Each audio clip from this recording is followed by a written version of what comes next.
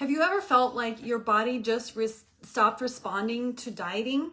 Today we're going to talk about prolonged dieting, signs of undereating, and why you might need a diet break. So many women kind of get caught in this trap of dieting, which metabolism tune-up is sort of the opposite of dieting. We are trying to support our metabolism. We're trying to bring it up. We're trying to raise our metabolism. And calorie deficits are helpful when you are trying to shed some extra weight, and you can actually get into a calorie deficit as you are improving your metabolism. But we have come from a culture where we just diet, we restrict, we cut things out, and that can have a negative impact on our metabolism. It can slow things down. It can cause more stress. It can suppress detox. It can do a lot of things that we maybe don't want to be doing. It's okay for short periods of time.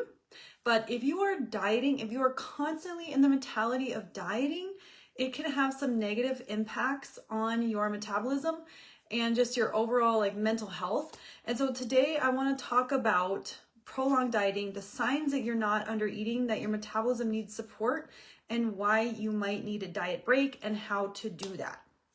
So think of your metabolism like a furnace, and the more fuel you add to your metabolism, the hotter it burns, the more fuel it can handle. Like if you take a little ember of a fire and you dump a bunch of fire, like wood on it, it's going to put out the flame. But if you have a giant bonfire and you're adding wood, adding fuel to it, it's going to keep that flame burning.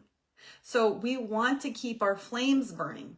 We don't want to, if you don't add enough fuel to your fire, your flame is going to go out. And so we want to keep our flame burning as high as we possibly can, because that's going to allow your body to live to its fullest potential. Think of all the things that your body is capable of doing that you don't even know that your body can do. And it's not doing it because it doesn't have the fuel to do it. So it's not detoxing, it's not healing and repairing, it's not building muscle, it's not powering your brain, it's not powering your creativity, it's not powering you to live to your fullest potential if you are under fueling your metabolism. So it's much more than just weight. Your metabolism basically powers you and helps you to be the best person that you can be. So, but a lot of us, so let's get back to dieting. A lot of us are just constantly trying to diet, and we're trying to constantly cut calories. And maybe that worked for a while. So you set out on a diet and you started losing weight and it felt really good and you just start feeling really, but then you started running into these problems of you're not sleeping well, you're having digestive problems, you're having bloating, you're cranky, you don't have energy to do the things that you want to do. And you just feel tired, and you're also not losing weight anymore. So these are some signs that it's time to take a break from the dieting mentality. And then I'm going to share with you a little bit more about that. But your metabolism, we want to be eating at our maintenance calories for the majority of the time. So let's say you want to be eating at your maintenance calories, which is the amount of calories it takes to fully fuel your body, about 8 months out of the year. And then if you want to cut calories, you can do that for 3 to 4 months out of the year. So that's where you could be in a slight calorie deficit. So I was just recently talking to my mom about this, and she's had a really amazing weight loss. So she actually has had yo-yo dieting. She yo-yo dieted her entire life. She has no trouble losing the weight, but then it's the maintaining that weight loss that has always been difficult. And she would end up gaining the weight back. And then, a couple of years later, she would lose weight and then gain the weight back. And this is really common for a lot of women. And she didn't really understand the maintenance part of weight loss, which I'm going to talk about that. But she lost 30 pounds from January to June, following simple principles of protein, vegetables, and a small amount of carbs 3 times a day. So basically 3 square meals and maybe she had a snack here and there, but she lost 30 pounds. And the tricky thing is like toward the end of that weight loss, she didn't sleep very well. She was like just not having energy. She didn't feel like herself, and her weight loss was slowing down. And the biggest problem with that is when it interferes with your sleep, because when you're waking up multiple times during the night, that is a sign that you are not eating enough during the day, where if your liver has enough glycogen to regulate your blood sugar while you sleep. And if you're waking up, you're not resting, you're not detoxing, you're not repairing, and then the next day your stress levels are higher and your insulin sensitivity is lower, and what happens is that suppresses your metabolism. So you're not able to convert your energy into the fuel that your body needs, or fuel into energy. So I taught her how to refeed, do some refeed days. And actually she's off of her dieting calories now. But so I want to talk about two things. I want to talk about dieting breaks and refeeding. So we already talked about what are the signs that you're under eating, and it's all those things, gas and bloating, because your digestive system actually needs enough energy in order to digest your food. And if you're not giving your digestive system enough energy, then your food is just going to sit there and it's going to ferment, and you can get gas and bloating and just indigestion, all kinds of things. And then sleep is another one. If you're not sleeping well, that's a sign that you are underfueling your body. So there's two things you can do. So you can take a dieting break, which is where and honestly, you should only be dieting about 3 months out of the year. And then for 8 months, you should be back at your maintenance calories. And you want to go back to your maintenance calories very slowly so that you don't regain the weight that you lost. You want to retrain your metabolism. So that would be adding 100 to 200 calories every week, starting with breakfast. So add about 100 to 200 calories with breakfast. And then the next week you would add 100 to 200 calories at lunch. And then the next week at dinner. And this would be mostly protein and whole foods. So this isn't a time to start adding in like the things that you've been craving, like ice cream and pie and cookies and all this stuff. We want to be refueling your body with the protein and the nutrients and the carbohydrates that it needs. So the tricky thing about after you lose the weight is learning how to maintain the weight loss. And that's where most people struggle, I'm finding, is that it is not the weight loss that's actually hard. It's maintaining that weight. So you need to learn how to slowly build your metabolism back up as high as you can get it, even like 2,500 calories a day, slowly, and then maintaining that 2,500 calories for most of the year. So maybe for you, it's like 22,000 calories, maybe it's 2,500, maybe it's like 1,800 calories.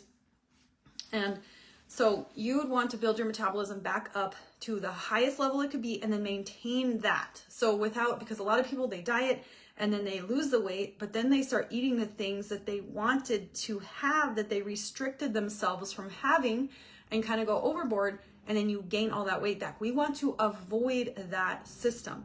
So the system that you can implement if you're going to be in a weight loss, if you're going to be in like a calorie deficit, is deficit for 3 to 4 months or less, and then you need to go back up to your maintenance calories. And then when the calendar comes back around, and let's say you're going to decide that you're going to have a deficit from like January to March. So every year, that is your time to have a calorie deficit, and you can cut your calories by like 200 to 300 calories. And then the rest of the year, it needs to be back at your maintenance calories. So maybe 2,000 calories. So those signs, you really need to pay attention to your biomarkers to know how your body is responding to your deficit. And the biomarkers are sleep. Are you sleeping well? Digestion. Are you having lots of gas and bloating? What's your mood like? What's your energy like? What's your mental health like? Those are going to be the signs to know if your body is doing okay with the amount of food that you're giving it.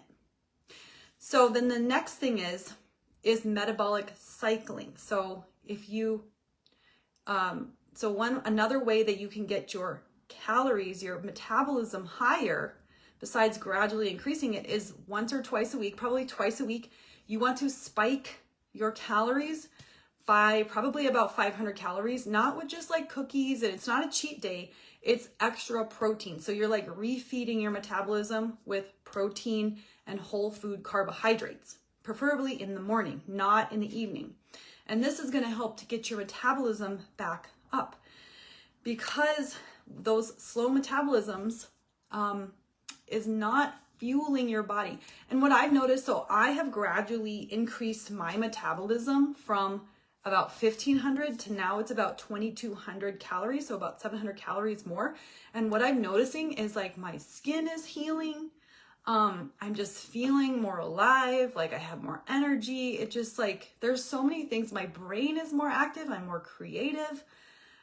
There's so many things that we don't think about our metabolism doing for us, besides like we just think about it's like that's how we lose weight. But it's really like, how are you fueling your mind, your emotions, your body, your social, your relationships, the things you want to do in your life, like travel. And so we want to get our metabolisms up to the highest point that we can get them. And we don't want to be in this mentality of dieting all the time. We don't want to be constantly trying to cut calories. We want to go into a calorie deficit for a few months, and then we want to get to a maintenance calorie zone. So how do you know how many calories you need? Well, you can start with wherever you're at, and then just gradually start increasing your calories and go by your hunger. And you'd be following the framework in Metabolism Tune-Up of about eating about 300 to 400 calories every 3 to 4 hours. And you could even go up to maybe 400 to 500 calories every 4 to 5 hours. But basically you're trying to test things out, trying to push your metabolism, and you're going to know by your hunger cues. So are you feeling hungry all the time, or are you feeling like satiated all the time? If you're feeling satiated, if you're feeling energetic, you're feeling good, then you're probably at the calories that you need to be eating. If you feel tired all the time, moody, you don't have energy to do what you want to do, you're not sleeping well, you have bloating, you're not eating enough, and you probably haven't been eating enough for a long time. So today's video was really just addressing where you're at with your metabolism, like how much you're feeding your metabolism, have you been underfeeding, the signs of underfeeding your metabolism, and what to do if you've been in a dieting mentality for a really long time, which is taking a diet break, getting your maintenance calories, eating to like the amount that your body can handle and staying there for as long as you can, because then when you swing into a deficit, it'll be much more effective. So if you have any questions, I know this is like a topic that is a little bit tricky to understand, but it's really like, this is where you get to use your intuition. This is where you get to learn more about yourself, about your body, do some testing, experimenting, kind of find out what your body thrives best at, because that's what it's really about. When you make your body happy, you feed your metabolism, then your body is going to lose weight naturally. And another thing is you can actually lose weight at your maintenance calories, even though we call it maintenance. What's actually happening is your metabolism is slowly increasing, and so that's creating a deficit. So you can lose weight in a deficit, and you can lose weight at your maintenance. Okay, I hope that was helpful, guys. Drop questions below if you want me to explain any of these topics more in depth in the future, because we kind of flew through them a little bit fast. Let me know. Thanks for joining me. See you next time.